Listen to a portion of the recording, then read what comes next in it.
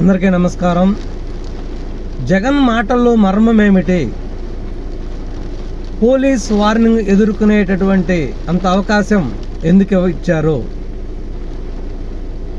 ఏదో నిగూఢమైన అర్థాలు దీని వెనక దాగున్నాయి అనే ఉద్దేశం తెలుస్తున్నది.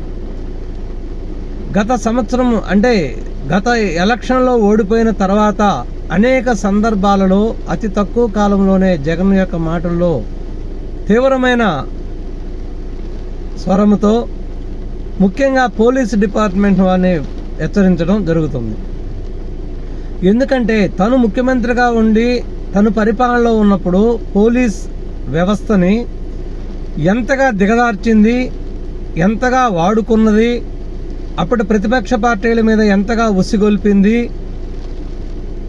అనేది జగన్మోహన్ రెడ్డికి తెలుసు. కాబట్టి వాళ్ళని ఇప్పుడు ప్రభుత్వ పార్టీ సరిగా వాడుకోనివ్వకుండా ప్రభుత్వంని పోలీస్ డిపార్ట్మెంట్ని బ్లాక్మెయిల్ చేస్తూ మళ్ళీ తిరిగి నేను ముఖ్యమంత్రి అయితే మిమ్మల్ని ఇబ్బంది పెడతాను, మిమ్మల్ని బట్టలు ఊడదీస్తాను అని ప్రతిసారి తరచుగా హెచ్చరించడం జరుగుతుంది. గత 2 రోజుల ముందు రాప్తాడు నియోజకవర్గంలో జరిగినటువంటి పర్యటనను చూసినట్లయితే ఒక వైసీపీ కార్యకర్త చనిపోయిన కార్యకర్త ఇంటికి పరామర్శకు వచ్చారు. పరామర్శకు వచ్చిన వ్యక్తి వేల మందితో ర్యాలీగా పోవాల్సినంత అవసరం ఉందా? ఒక ముఖ్యమంత్రిగా, మాజీ ముఖ్యమంత్రిగా ఉండి, ప్రతిపక్ష నాయకుడిగా ఉండి, ఒక పార్టీకి అధ్యక్షులుగా ఉండి నువ్వు వచ్చిన పనేంటి? పరామర్శకు వచ్చావు. పరామర్శకు వచ్చినప్పుడు సింపుల్గా వాళ్ళ ఇంటికి వెళ్ళాలి. మహా అంటే నీ చుట్టూ 100 మంది 200 ముఖ్య నాయకులను తీసుకుని వెళ్ళాలి, వాళ్ళని పరామర్శించాలి, వాళ్ళ బాగోగులు తెలుసుకోవాలి, అవసరమైతే 1 లక్ష 2 లక్షలు వాళ్ళకి ఆర్థిక సహాయం చేయాలి, వాళ్ళ పిల్లలు వాళ్ళ విధి విధానాలు తెలుసుకోవాలి. ఇది ఒక ధర్మం. అంతేకాని ఒక ఊరేగింపుగా, ఒక పార్టీ కార్యక్రమంలో ఒక యాత్ర చేసినట్టు, ఒక జాతర మాదిరిగా జిందాబాద్ జగన్, జై జగన్, ముఖ్యమంత్రి జగన్ అంటూ నినాదాలు వేసుకుంటూ పోవటం ఏంటి? ముఖ్యంగా పోలీసుల మీద తీవ్ర స్థాయిలో ధ్వజమెత్తి వాళ్ళని బట్టలోడు తీసి నిలబెడతా, వాళ్ళ అంతు చూస్తా, ఈ విధంగా మాట్లాడటం ప్రధాన ఉద్దేశం. అంటే జగన్మోహన్ రెడ్డికి గలవాలు కావాలి, పోయిన కాడల్లా కూడా గ్రూప్ తగాదాలు పెట్టాలి, అక్కడికి ఏవో ఉత్పాదాలు జరగాలి, హత్యలు జరగాలి, శవాలు కావాలి. ఇదే ప్రధాన ఉద్దేశం.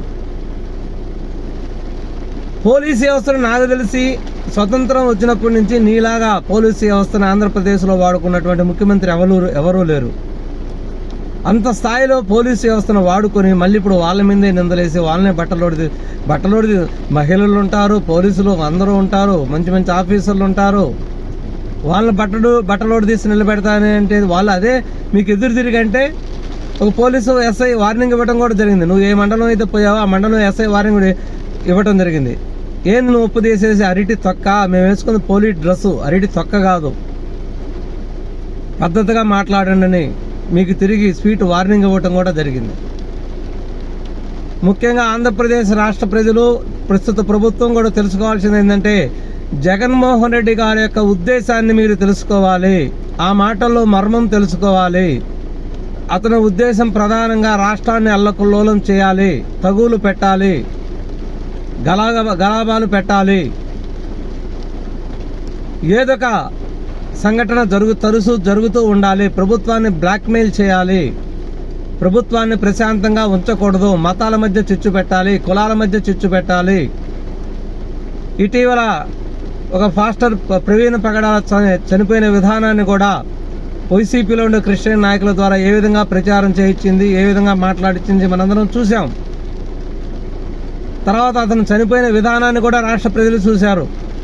అంటే రాష్ట్రం ప్రశాంతంగా ఉండటం జగన్మోహన్ రెడ్డికి ఇష్టం లేదు. కాబట్టి ప్రభుత్వం ఈ కుట్రలను ముందుగానే పసికట్టాలి. తీరా చూస్తే నిన్న రాప్తాడు హెలికాప్టర్లు వచ్చారు.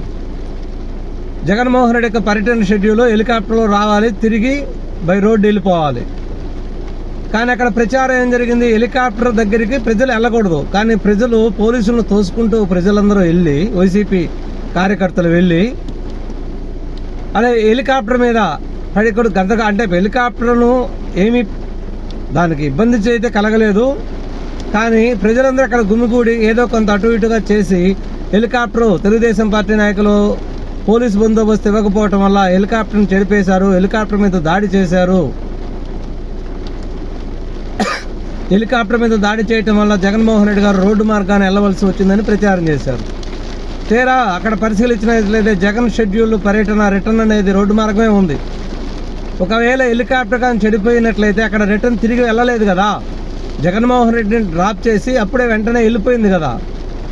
కాబట్టి ప్రభుత్వము ప్రజలు కూడా ఈయన గారు చేసేటటువంటి కుట్రల్ని ముందే గ్రహించుకోవాలి. ఇటువంటి కుట్రలు ముందు ముందు మనం చాలా చూడాల్సి వస్తుంది. ఎందుకంటే మన ప్రథమ కర్తవ్యం ఆంధ్రప్రదేశ్ బాగుండాలి, రాష్ట్రం బాగుండాలి. ఎందుకంటే 2019 నుంచి 2019 ముందు చంద్రబాబు నాయుడు పరిపాలన చూసాం, జగన్మోహన్ రెడ్డి పరిపాలన చూడలేదు. కాబట్టి జగన్మోహన్ రెడ్డి మీద ఆశతో, ప్రేమతో, వాళ్ళ నాన్నగారి మీద ఉండే ప్రేమతో మంచి మెజార్టీతో 2019లో గెలిపించారు. తర్వాత జగన్మోహన్ రెడ్డి గారి యొక్క విశ్వరూపాన్ని ఆంధ్రప్రదేశ్ రాష్ట్ర ప్రజలు అన్ని వర్గాల వారు చూసే ఆంధ్రప్రదేశ్ రాష్ట్ర ముఖ్యమంత్రిగా మీరు పనికిరారు, మీకు అభివృద్ధి అంటే తెలియదు అనే ఉద్దేశంతో దారుణంగా ఓడించి పంపించడం జరిగింది. ఎన్డీఏ కూటమి తెలుగుదేశం ఆధ్వర్యంలో రావడం జరిగింది. ఎందుకంటే చంద్రబాబు నాయుడు గారు గత 4 పర్యాలుగా ముఖ్యమంత్రి గారు చేశారు. అతని పరిపాలనా దక్షత, అతను విజను అందరూ ఆంధ్రప్రదేశ్ రాష్ట్ర ప్రజలకు తెలుసు. ఎందుకంటే అతని అభివృద్ధి ఫలాలను అందరూ అనుభవిస్తున్నారు, ప్రత్యక్షంగా కానీ పరోక్షంగా కానీ ప్రతి ఒక్కరూ చంద్రబాబు నాయుడు గారి యొక్క అభివృద్ధి ఫలాలను మనం అనుభవిస్తూ ఉన్నాము. అందుకని మళ్ళీ తిరిగి చంద్రబాబు నాయుడు గారిని ముఖ్యమంత్రిగా చేసుకోవటం జరిగింది. కాబట్టి ఇక మీదట మరలా తిరిగి ఆంధ్రప్రదేశ్ రాష్ట్రంలో అలా జరగకూడదు, అటువంటి వాళ్ళు తిరిగి ముఖ్యమంత్రి కాకూడదు అనే ఉద్దేశంతో ప్రజలందరూ కూడా అప్రమత్తంగా ఉండాలి, ఇటువంటి కుట్రల్ని నమ్మకూడదు, చాలా జాగ్రత్తతో వ్యవహరించి ప్రభుత్వానికి కూడా సరైన మద్దతు తెలియజేయాలి.